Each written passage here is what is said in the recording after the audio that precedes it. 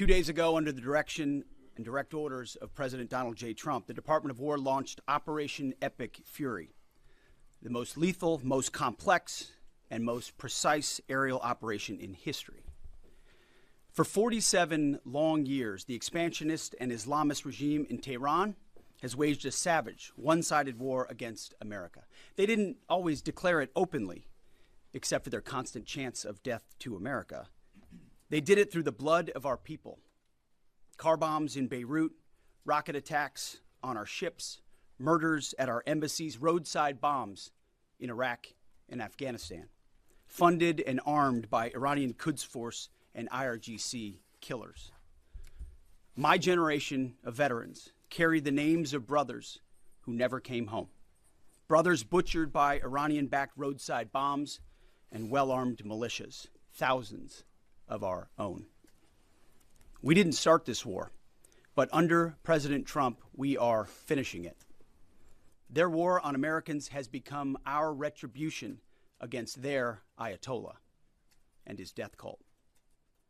It took the 47th president, a fighter who always puts America first, to finally draw the line after 47 years of Iranian belligerence. He reminded the world, as he has time and time again, being an American means something unbreakable. If you kill Americans, if you threaten Americans anywhere on earth, we will hunt you down without apology and without hesitation, and we will kill you. President Trump has also been very consistent. Crazy regimes like Iran, hell-bent on prophetic Islamist delusions, cannot have nuclear weapons. It's common sense. Many have said it, but it takes guts to actually enforce it, and our president has guts. Iran's stubborn and self-evident nuclear pursuits, their targeting of global shipping lanes, and their swelling arsenal of ballistic missiles and killer drones are no longer tolerable risks. Iran was building powerful missiles and drones to create a conventional shield for their nuclear blackmail ambitions. Let me say that again. A conventional shield for their nuclear blackmail ambitions. Our bases, our people, our allies, all in their crosshairs. Iran had a conventional gun to our head as they tried to lie their way to a nuclear bomb. It almost worked under Obama and his terrible deal, but not under this president. Turns out the regime who chanted death to America and death to Israel was gifted death from America and death from Israel. This is not a so-called regime change war, but the regime sure did change, and the world is better off for it. Today, in their desperation, the enemy is unmasked. As Iranian missiles and drones rain down indiscriminately on the hotels, airports, apartments, and other civilian targets of their neighbors. Cowardly terrorist tactics from a regime that for decades has trafficked in cowardly terrorist tactics, lies, death, and destruction to this day. The Iranian leadership has built nothing except proxies and missiles and drones and deeply buried nuclear factories and facilities. Peaceful nuclear ambitions do not need to be buried underneath mountains. Last June, Operation Midnight Hammer obliterated their nuclear program to rubble. Afterward, we told them plainly, that's it, now make a deal. They arrogantly refused. We said, rebuild it, and we'll stop you again, this time far worse. Well, President Trump, Secretary Rubio, Steve Witkoff, Jared Kushner, they bent over backwards for real diplomacy, offering pathway after pathway to peace. I watched it. I was there. They tried over and over and over again earnest attempts at peace. The former regime had every chance to make a peaceful and sensible deal. But Tehran was not negotiating. They were stalling, buying time to reload their missile stockpiles and restart their nuclear ambitions. Their goal, hold us hostage, threatening to strike our forces. Well, President Trump doesn't play those games. And as Secretary Rubio said after the Maduro raid, if you don't know, now you know.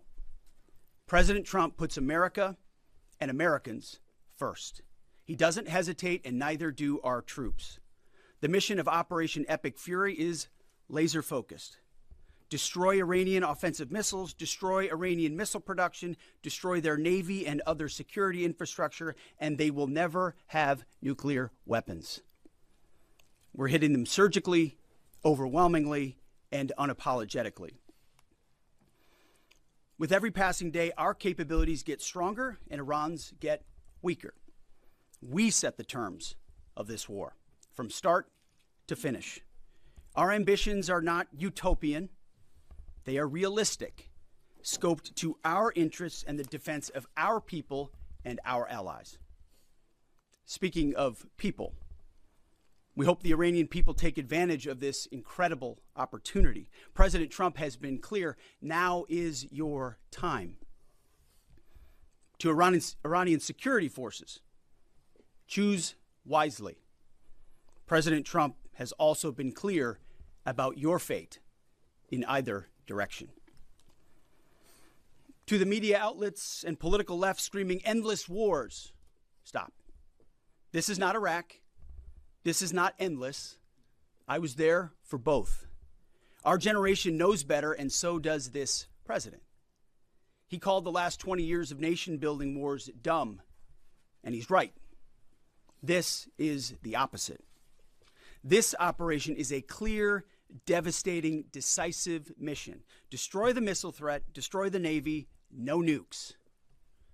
Israel has clear missions as well, for which we are grateful. Capable partners, as we've said since the beginning, capable partners are good partners. Unlike so many of our traditional allies who wring their hands and clutch their pearls, hemming and hawing about the use of force. America, regardless of what so-called international institutions say, is unleashing the most lethal and precise air power campaign in history. B-2s, fighters, drones, missiles, and of course, classified effects. All on our terms, with maximum authorities. No stupid rules of engagement, no nation-building quagmire, no democracy-building exercise, no politically correct wars. We fight to win, and we don't waste time or lives. As the president warned, an effort of this scope will include casualties. War is hell, and always will be.